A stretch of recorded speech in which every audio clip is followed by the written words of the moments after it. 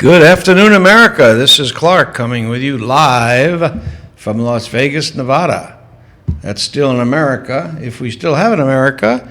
Anyways, we're trying to restore this country to its former greatness, hopefully with the help of one Donald Trump.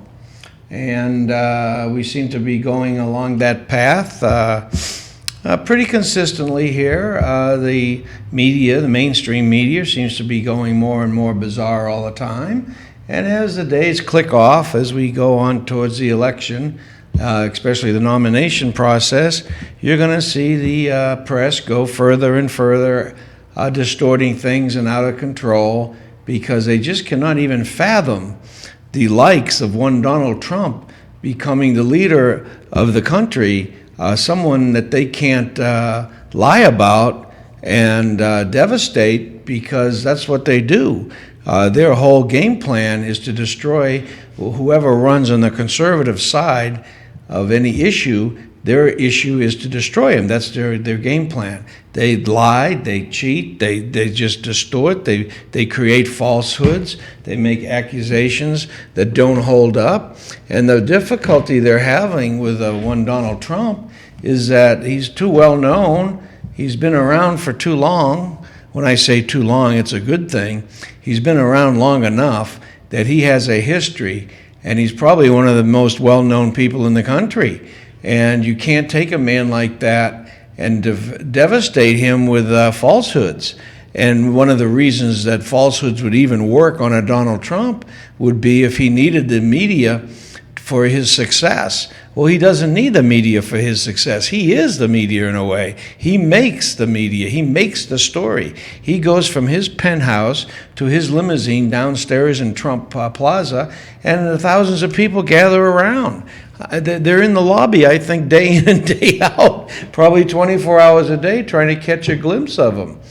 He's an absolute media magnet. And they've never run into a situation, particularly where a candidate running for public office, especially the highest office in the land, was not subject to the media's exposure and subject to necessarily having to raise money to fund your whole campaign. If you get some bad publicity, whether it's good or bad or accurate or inaccurate or lies or what have you, doesn't make any difference, but it makes a difference to your campaign contributors. If you get an issue thrown in your face that's not true, you have to defend it no matter what. Otherwise, your campaign contributors are going to start to back up from you and stop the funds. And that's the issue. The media controls the funds in a way. And you take like a Rush Limbaugh. There's been several things done against him, trying to get him to lose his sponsors. That's what they do. They go after your sponsors. And they tried to go after Rush Limbaugh, and Harry Reid sent a letter to Clear Vision president, chief executive, saying that there was going to be a campaign, if you will, to stop the sponsorships of Rush Limbaugh because of what he said. I forget what it was, but at any rate, maybe hoping that the president fails. Who knows what it was? But they'll pick on anything, and then they'll change the text and maneuver things around to say what they wanted to say. So it doesn't matter. But anyways, the point of the story was that they went after Rush Limbaugh's channel, Clear Channel, and what they failed to realize, of course, everything they do is mistakes anyways. Harry Reid is not capable of running anything or having the truth be told, because he's never had to tell the truth. They never checked in to see that Rush Limbaugh owned 50% of his show, as does the Clear Channel guy. So they're 50-50 partners. So you can't send a letter to one of the partners saying to get rid of the other partner. It just doesn't happen. And so the Clear Channel president sent the letter off to Rush Limbaugh and said, look what I got from Harry Reid. Well, Rush looks at this letter and says, wow, this is very interesting. This is great. He says, I think I'll auction this letter off. So he puts it on eBay for sale. And and he says also that he'll match the funds, whatever is paid for the letter. So that will double whatever the letter brings, and then he'll give it to charity. So he proceeds to put it on eBay. They auction it off, and I think it was some lady from Texas that bought it. I think she paid 1 million point something, like 1.4 million, somewhere in that neighborhood. And Rush Limbaugh matched that payment. So that letter brought over $2 million for charity. So the consequence of that try by Harry Reid, as most liberal efforts do, failed miserably, and Harry Reid had mud all over his damn face, as he should have. That was a despicable, just despising thing to do. And this shows what these liberal progressives will stoop to get their way and to have some semblance of power. That's what they're all about, is how much power they possess and what they can do with it for their own cause, not for the people's cause of America. This country was founded for the American people, not for them. The cause of these liberal progressives is their cause, their power. That's what they want. What it's all about is their power. They go after particular groups, like the gays, for example. They're only 1%, 2%, 3%, whatever it is, of the voting bloc, if even that. But they go after these things and say, oh, we're all for you. We're going to protect your rights. We're going to do this or that. Every vote, in a way, counts, and they go after the particular fractions of the American people, and they try to divide these fractions out to get them over to the liberal progressive side of the equation on their votes, and then they'll turn around and they'll go after another group and say that they represent them and they're going to fight for you. I love the word fight. Every politician, I'm going to fight for you. What are you fighting for? Why don't you just uphold the law of the land and let the chips fall where they may and do your job of upholding the laws of the land instead of trying to break them? So anyways, this is what they do. They go after fractions, they divide them out, and then they say lies that they want to hear about what these other people are trying to do against them. Gazers, all the Republicans, all these white males, don't want you to be able to get married to your partner. They don't want you to have any rights, blah, blah, blah, blah. It goes on and on and on, all these devastation concepts that the Democrats throw out there trying to steal people's minds. And they've been very successful at it, I'll give them that. But it's been a concerted effort for decades where they've actually dumbed down the American people by controlling the school systems first with liberal progressive teachers who indoctrinate our poor students into thinking one way or the other, and it's always what they think, and what they're taught is the liberal mantra. They don't teach history because, God forbid, an intelligent kid might say, well, wait a minute, what about this or that? Oh, no, he can't answer those questions. Anyways, their whole agenda on the liberal progressive side is to control the people. That's what political correctness is all about. They want to control your speech. They want to control everything. They want to control your guns. They want to take the guns away from you. Their first thing, well, the guns have to be registered. Well, now if you register your gun, you better use some address that doesn't match up to where you're keeping that gun. Otherwise, someday they're going to be knocking on your door looking for your gun, like they did in Australia. They confiscated everybody's guns. And if you notice in Obama's speeches, he likes to refer to Australia. Why? Because he doesn't realize what he's saying. Obama never realizes the consequences of what he's saying because he does not know what he's saying. He's reading a teleprompter. If his teleprompter breaks, he has nothing to say because somebody is not at the other end of that teleprompter telling him what to say. He's a lost soul. He has nothing inside his suit, nothing inside his head, other than he's being instructed and brainwashed to the max of what to relay to the American people, and the message is divisiveness. That's all Obama's ever done. He was going to be the big uniter. Remember when he ran? He was going to bring all people together. He was going to divide the sea, part the seas. He was going to be, I guess, the new Moses, whatever. All the crap that he disseminated out there has all proved to be wrong, or it's never worked and never will work. I knew that from the first words out of his mouth. I knew that guy had nothing to say because what he was saying was all claptrap. None of it made any sense. None of it could ever be done. He was going to save the American people $2,500 a year in their health plans annually. You can keep your doctor. You can goes on and on and on. This is only a 1-hour show. I don't have the time to go into detail of every lie that that person has said to the American people.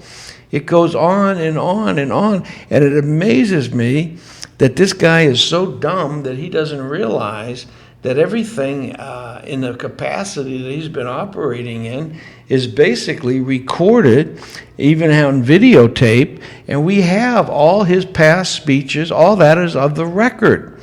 And when he makes a statement this day and age, the truth tellers, checkers, can go back in history and see what he said like last week.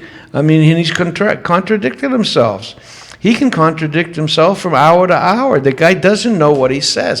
When you are not telling the truth, you have an awful hard time remembering what you said before because it wasn't based in truth. If you want to make a statement about something and it's true, and you make a truthful statement, you don't have any problem remembering what you said before because you told the truth then. So all you have to realize is what was the truth about what you're trying to say, and you know that that's what you said before because you tell the truth.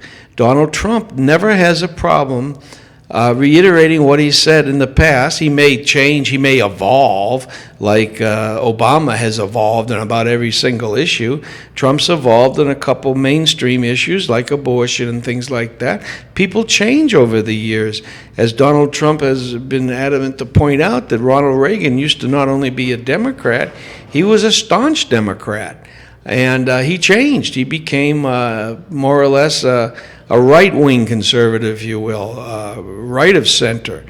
And this is what people morph into, especially when they get a few years under their belt and they start seeing a lot of truths.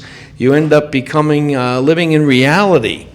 And this is what happens when the performance from these liars, the liberals, over time proves to be false. People can see that. And I think this is why the young people that are coming up, the people that were, young teenagers when Obama was elected, have gone on the basis that they see what Obama's done. They see the truth. They see the results of what this guy has not accomplished. And now these young people who are now at the age to vote are going to have a big difference, I think, from here on out because they have not been indoctrinated yet in the school system, especially college level, where they have been taught primarily by liberal progressive professors, where they're taught the liberal ideology. So we have a hope that the young people, the up-and-comers, that are younger than 25, let's say, they have an opportunity to have a lot of impact on this country in the future, and I think that'll be a good impact because they're going to look for results, and you're not going to be able to lie to them like the liberals and the progressives have been able to get away with the former generation of young people. They're all distorted. You can interview these people on the street like a lot of mediators do, and they moderators, whatever they call the people with the microphones in the streets, asking questions like in New York. New York is a liberal mecca.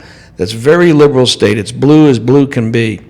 And they'll walk down the streets of New York and they'll ask people questions like, what has Hillary Clinton accomplished as senator or as Secretary of State?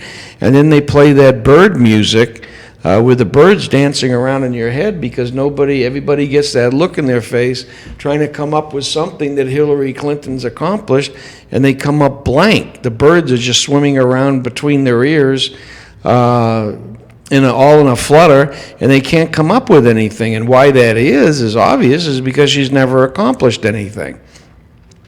Hillary Clinton is a magnet of corruption, a magnet of scandals.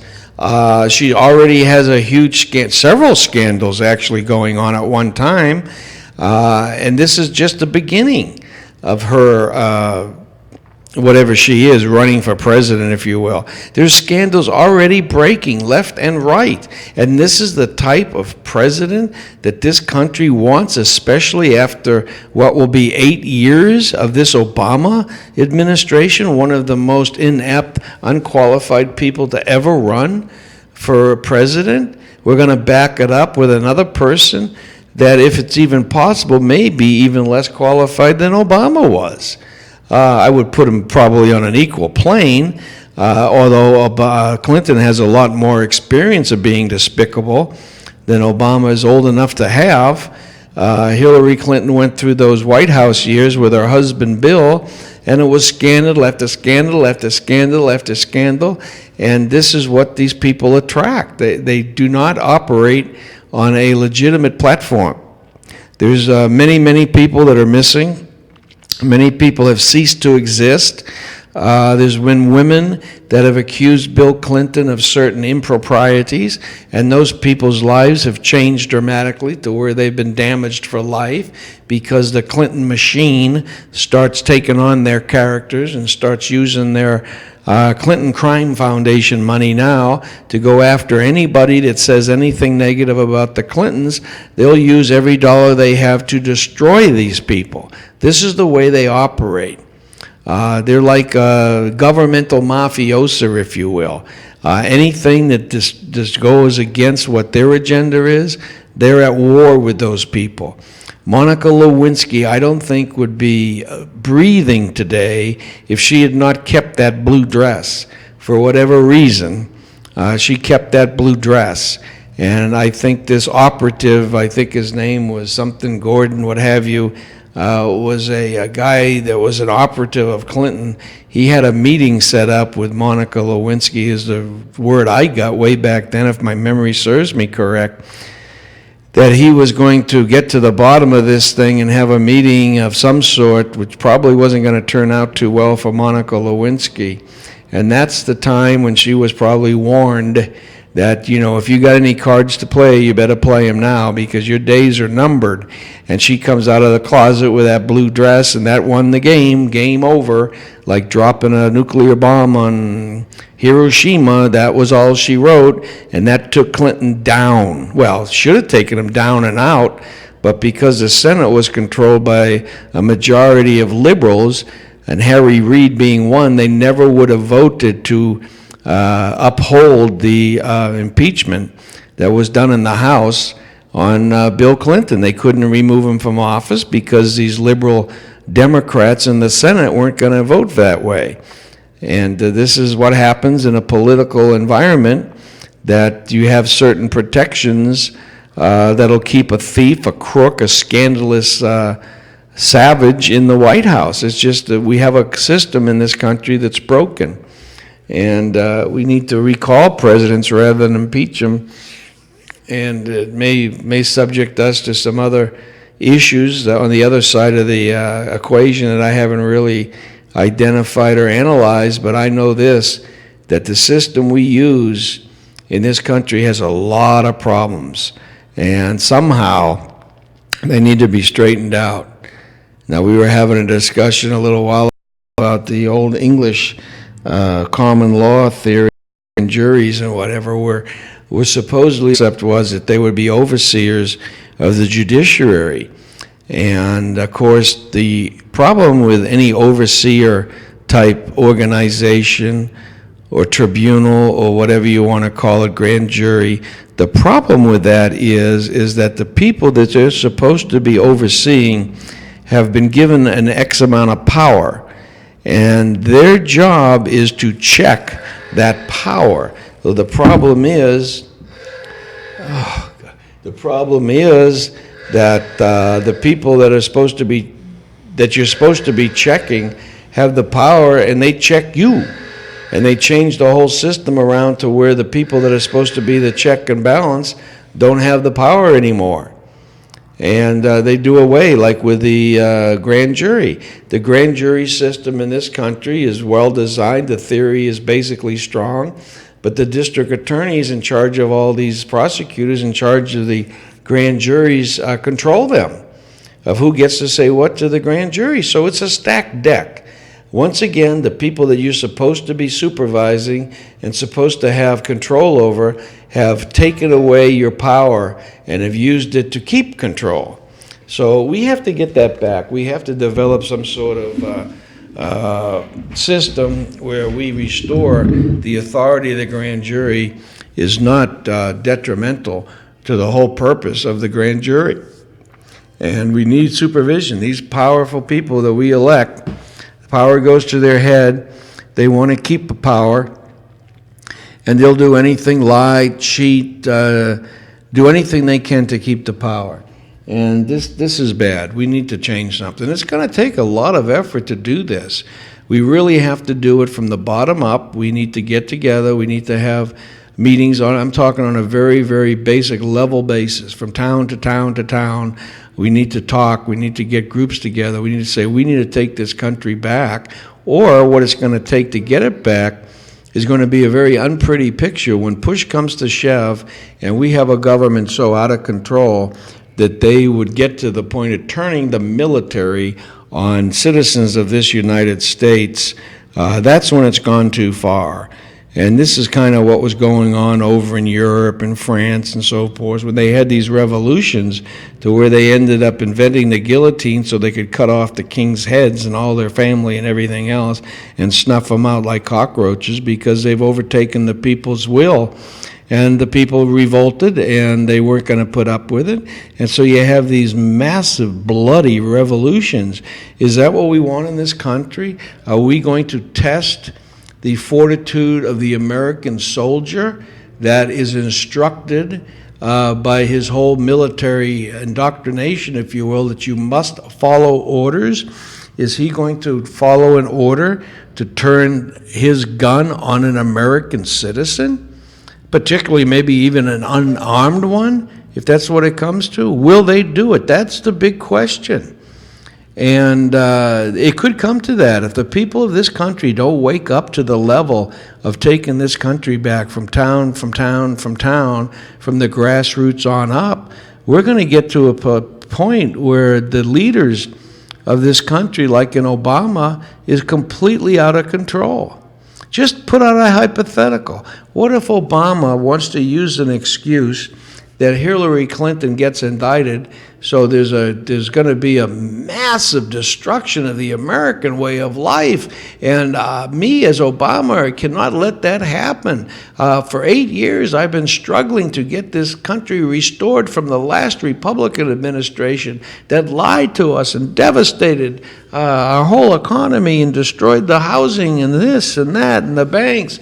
And it's taken me 8 years and just to restore what we got now. It's been a terrible time of tremendous work and toil, and now we're going to throw it all away. We have to continue my policies so that we can keep America on the road to recovery, blah, blah, blah, blah, blah. So I'm going to, with my pen and my phone, I'm today signing an executive order that I'm permanently in office in this country until my job's done, which will be estimated when I'm 85 or whatever. And until then, I'm king of the United States and soon to be the world. And that's the way it is, and I'm doing this for the people, and God bless America, and blah, blah, blah. And in the meantime, when the people storm the White House trying to take away his keys to Air Force One, he turns his bodyguards, the social security, and the military on the American people storming the gates. What would happen? Just a hypothetical. I'm not saying it's going to happen tomorrow, but you know what? If this country goes sideways any more than it already has, something like that is possible. And the reason I can say that in all sincerity is because it's happened in every single country before us. They have had revolutions. Some have not been that bad, but many have. Many have been worse. This devastation of taking away the American people's will to be a free country there's never been anything so dramatic. And to a country more capable and more sustaining than America, it'll be a revolt that'll just devastate the people in America. I mean, I don't look forward to my kids' future or their kids' future. I mean, it's going to be a dicey situation. Now, the hope is that a Donald Trump can come along and be effective, get elected by a majority of the vote. The Electoral College be damned, whatever that shows, it shows. But if Donald Trump gets a vast majority of the vote of this country, he needs to be president. And I think that he needs to be president sooner rather than later. But at any rate, we still are supposed to be a country of laws, even though the current president's not following them. I don't think we're at the point of a guillotine-type revolution yet, but I can see the day that we could possibly get there. You have a person running for president on the other side, Hillary Clinton, that's running on stage, on a debate stage. She's talking about the Second Amendment and taking away your rights to guns. I mean, Jesus Christ, these people are so out of it, so out of touch with the American people, that they don't really hear what they're saying, or they have no concept of the ramifications of what they're saying, or what it means, or anything else, because basically, these are ideologues that are so far gone with Marxists and this utopian lifestyle that's nothing more than a bill of goods. It'll never, ever work. And the reason I can say that is that it never, ever has worked, and it's been tried and tried and tried. It never works. So this is the situation. And I'd like to hear from somebody out there that has a thought on the subject and perhaps a solution this side of getting guillotines dusted off and back in operation. You can call me at 702-983-0711, or if they ask for a one first, just call 702-426-5962, and that'll work too. So either number will work, either number will get you through. And give us a call, because we'd like to hear what your solutions are. We're heading down a road that, I tell you what, we need to pay attention. We need to absolutely come to the plate and say enough is enough. They're going to try every single trick in the book to maintain power. That's what they do. And we need to stop this in its tracks. And we need your help. We need to have gatherings of people on a town hall basis from town to town, and we need a movement that's going to take this country back for the people. We've been around now since 1776, I guess, technically.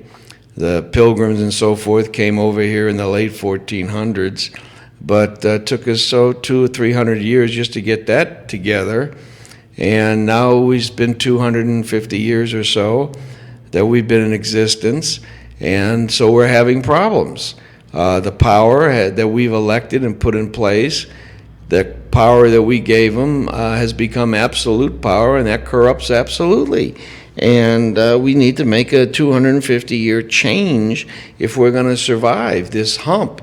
We're at a hump, and we got to get over this hump. So call into the show. Let us know what your thoughts are. See if we can get some kind of a grassroots movement going to where we can discuss these issues, which would be similar to the birth of the Tea Party. My feeling on parties is they are corrupted organizations that should be made illegal, so I don't like the word party. I have nothing against tea, and of course, like a lot of things in Washington, the Tea Party has been misdescribed as some sort of political organization, which it was, but the Tea Party was named after a revolution that happened in the Boston Harbor when they threw all the tea overboard for taxation without representation. So it represented a revolt, and the Tea Party represents a revolt in this country. And they had a lot of success. They came up very quickly from just the basics of being people coming off the couch that were the silent majority, I guess, previously, and they decided to wake up and make a difference and have meetings. And they became the brunt of every party organization, the Democrats, the Republicans working together for once to devastate the Tea Parties with lies and things like calling them racist and all these things that just didn't fit the mantra, but that's what they do. Anybody in politics is going to use every trick in the book, mostly dirty tricks, to try to beat their opponent. They will do anything in the world they can do to beat their opponent. That's what it's all about. That's why the Clintons will do anything to beat the pants off any lady, pardon the pun, that says anything bad about Bill Clinton or claiming that he raped her or anything else. They're going to destroy that person. There was a girl, I think her name was Paula Jones. They called her trailer trash. And every name they could throw at her and so forth. Why? Because she said that Bill Clinton had raped her. Well, that's an accusation that Hillary Clinton herself has recently said that you should believe the woman. Well, whoops, I guess she forgot about her husband Bill there. That's what they do. They forget what was done yesterday because they want to forget it because it doesn't support them. But anyways, here's a person that's running for president making these statements, and then she has the audacity or the stupidity, whatever you want to call it, to put Bill Clinton out there to campaign for her. I'm conservative leaning. That's for sure. I don't like big government. I like smaller government, lower taxes, all that stuff. But the Liberal Party, the Democrats, are so specious and despicable. I could never, ever support the liberal agenda. If that was the only agenda in the world, I would be in hand with my pitchfork trying to get rid of that particular organization because they're corrupt. They take our country away from us. And the whole reason that this country was founded was because of political people like that. So here we are, we're going to collapse under our own stupidity and even think about voting for a person of that nature. Hillary Clinton is just unimaginable to me. It just goes against the grain. It's like scratching my nails on a blackboard. I just can't stand the thought of it because it's so blatantly apparent. Where are all these liberals' minds have been completely hijacked to where they can't tell if their mashed potatoes are good that they're eating unless someone tells them that they're good. They just don't know. They've been completely brainwashed. And it's sad to see because they were born into the same country I was, and this country gives everybody more opportunity than any other country that I know of in the world. And this is what made America the leader of the free world. And here we are, we've been dumbed down so much, a certain percentage of us, that we will jeopardize the best place in the world to be from. This is why our borders get flooded with people trying to better their lives. They're not coming here for oppression.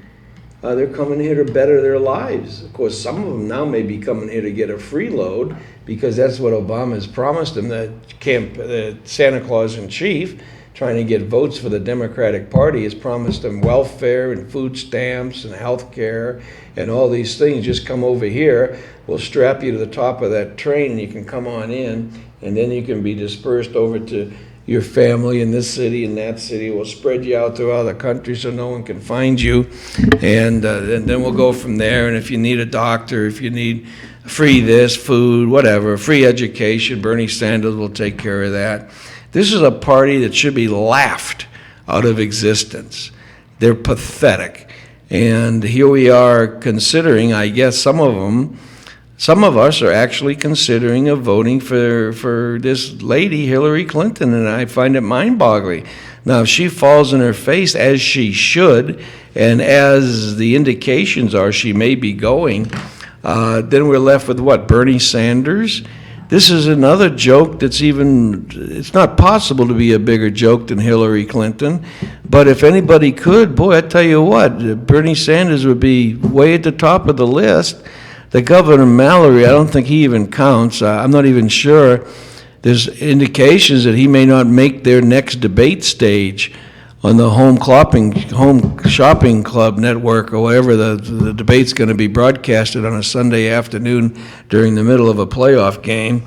But they don't want anybody to watch the debate because Hillary Clinton is so bad trying to express what she is, or maybe she's so good at it that people watching the debate can actually begin to see what she is, and it's not good. And so they've tried to prop up Hillary Clinton by making her look good, by sending up a Bernie Sanders, who should make anybody look good, but he's having a hard time with Hillary Clinton because she's so bad. But the talk is that Mallory doesn't have enough of the polling anticipated voters or what have you to even qualify to be on the stage, and they only have 3 people total. Well, if Mallory doesn't make it, you only got Bernie and Hillary up there. If Hillary comes back from the bathroom, that is, but well, that's another issue. But anyways, the Democratic Party is just a deplete of anybody on the bench. They have no one to put into the game. It's the 8th inning. They're down by 50 points, and they can't even put anyone in the pitch. They're just down and out, and they should be. This party should never, ever be elected again for anything. Congress, Senate, the presidency. If you got a D next to your name, D now stands for done, and you need to get the hell out of politics. I like the comment that Donald Trump said the other day on one of those Sunday shows. I think it was Chris Wallace. He said that the Democratic debates, he says that, well, they're Democrat debates. They call them Democratic because they change words around, of course, and try to imply that it means something that it isn't. Isn't that a nice trick? The little slip of the tongue there, they throw in a conversation, a Democratic debate.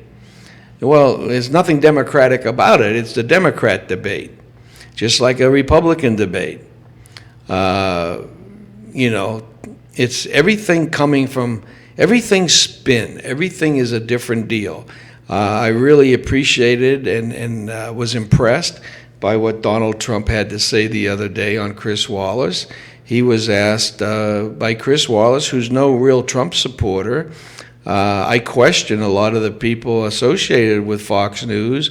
They've gone so far trying to be fair and balanced that they've been infiltrated by some people who I think have an agenda that's a political agenda. They're not news people to that extent, but they want to support the clients or the interviewees, if you will, that have a propensity for the liberal side of the aisle rather than the conservative side. Donald Trump scares all these people because he's not cut from the same cloth as everybody else. He supersedes everybody. There's nobody that can do anything to Donald Trump. He has the money to run. He is running. He's leading. And that just absolutely destroys everybody. And they're having a particularly tough time with him because they can't attack the truth. To beat Donald Trump, you have to beat the truth. And there's a rude awakening coming for these liberal progressives who have lived on lies their entire career. They can't tell you the truth because their agenda and their program, their whole being, their ideology is based on lies. So they can't support the truth because that is diametrically opposed to what they are and what their policies are and what they believe in. And they can't tell the truth. So you get a Donald Trump up there, they have to pick at everything he says and try to distort it and create it into something that it's not. And it's just not working because what Donald Trump's instinct is to always tell the truth. And he does that. And it's fun to watch because you watch the confusion coming from the liberals and the progressives. They just don't know how to handle this. Well, Chris Wallace asked some questions like regarding this Cruz contrived issue that is Donald Trump's plan that was put out there to devastate Ted Cruz on this issue. It wasn't Trump's plan. He was asked a question by Washington Post. He was asked a simple question: do you think that Ted Cruz is a legitimate candidate for president because he wasn't born here? And Donald Trump said, or the way the question was asked in a way that implied that Donald Trump had come up with that. And Donald Trump, without missing a beat, didn't blink, didn't bat an eye, immediately said, well, it wasn't me. I was asked a question by the Washington Post of whether I thought Ted Cruz was born in Canada or was a citizen of the United States. And Donald Trump said, I don't know, because the issue comes down to wording, and the Constitution says a natural-born citizen. Now, what does that word mean, natural? Is it that you were born of the land, or you were born of a mother that happened to be a citizen of the United States? What does natural citizen mean? And it has not been litigated. And again, here we go. Isn't it unbelievable that we have a president of the United States, or someone running for president of the United States, that so far I think has been proven exactly right on every single thing that's been put before him. They try to turn around what he says and make it into something that it's not, and Donald Trump just doubles down and comes right back in their face and says, no, this is what the Constitution says. It hasn't been litigated, which it has not, and there has never been a determination from the Supreme Court of the United States that I know of that defines what natural born citizen means. So it's not there. So, right again. And Trump has been right on every single thing that was put before him. And I tell you what, after that was about a 10-minute interview. Again, I just said, man, oh man, is this guy presidential? Because he's a leader, and it's so different from what we've been seeing in the last 8 years. I think it's been different than any president we've ever seen before that's come before Donald Trump. There has never been a person run like this that A, didn't need the money, was not controlled by the purse strings of some special interest group. You could not prop up a better person in a better position to run for president of the United States, especially right now with what this country needs, than Donald Trump. There is nobody that's ever existed that's been in the position that Donald Trump is. And I think he's been so successful that he honestly wants to return what he's been able to create to the American people in the form of leadership that will work. He said the other day in that interview that China is devastating us on their money policy. They're devaluing their dollar again, their money, and that devastates America, where it costs a lot more money for us to be able to do business, compete with China's business, because everything's so cheap over there because they keep devaluing their money, which makes our money go further. So it wipes out American businesses. Donald Trump has put forth, I guess, a consideration of a tariff, if you will, of 45%. And Chris Wallace, being a liberal-leaning type ideologue, I will call it, especially on economics, he doesn't know his ass from his elbow, I'll put that out there. He says, but that 45% would devastate the American economy, because it would make everything more expensive in this country with companies that compete with China. And they can't, that's going to put them out of business. And Donald Trump, without missing a beat, not a blink of his eye, nothing, said, I didn't say that I would do it. I said I threatened that I would do it. This country has tremendous economical power over China. We're the biggest market in the world, and without that market, China collapses. So we have extraordinary power over the Chinese. All we need to do is make the threat, and China will come around and do the right thing. All we're asking for them to do is the right thing, compete on an even scale, and not take advantage of the situation by trying to take advantage of the American people. I won't allow it. He said Obama doesn't even understand the first step of what I just said. Obama understands none of that, or the people pulling his purse strings don't want that.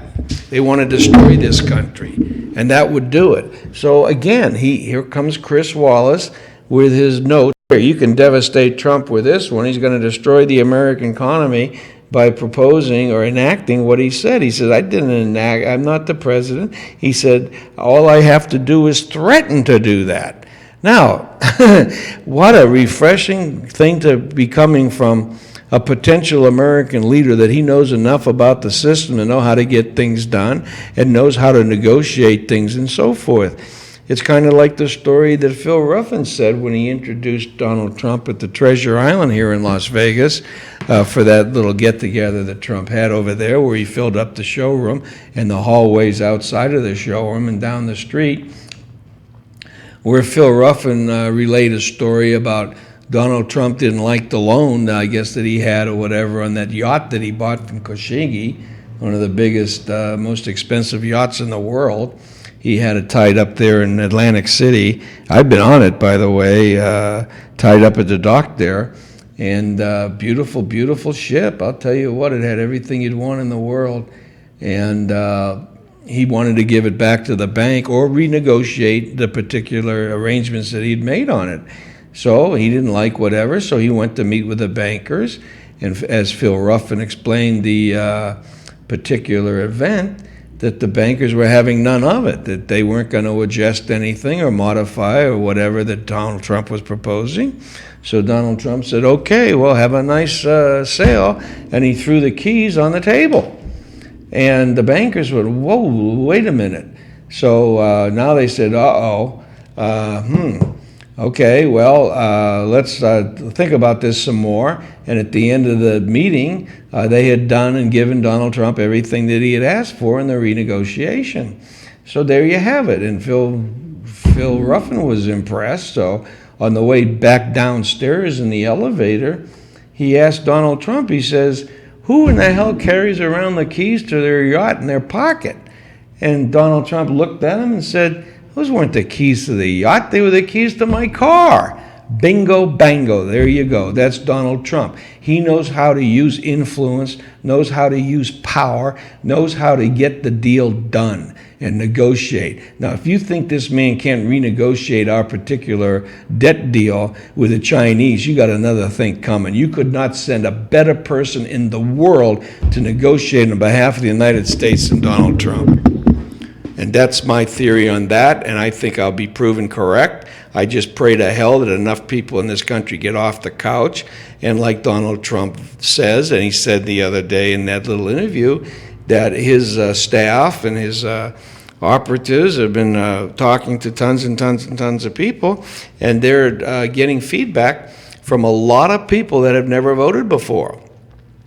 Well, that becomes extremely important because our electoral base is based on X amount of Democrats and X amount of Republicans, and they're pretty much divided equally.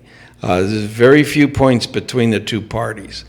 So then the elections are more or less determined by independents and non-committals, as they call them, that haven't made up their mind and what have you. So let's say, just to pick numbers, there's 40% Dems, 40 Republican, and we have 20% done there somewhere as either independents or undecided.